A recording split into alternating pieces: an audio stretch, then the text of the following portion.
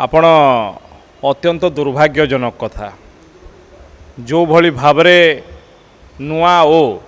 कहीकि advertisement कराला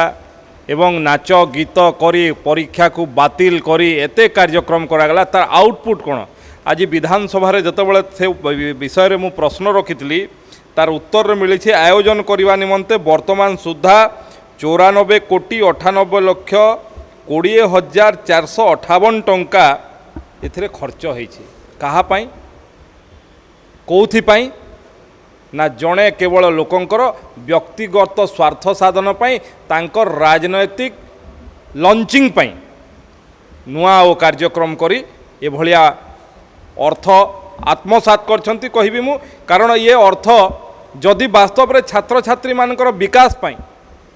तांकर शिक्षार मानव वृद्धि पाई जदि लगी था बोध हुए ओडिशार भविष्य में आउ किछि निर्माण होता किंतु एठी को विभाग 8टी विभाग कृषि एवं कृषक सशक्तिकरण विभाग रे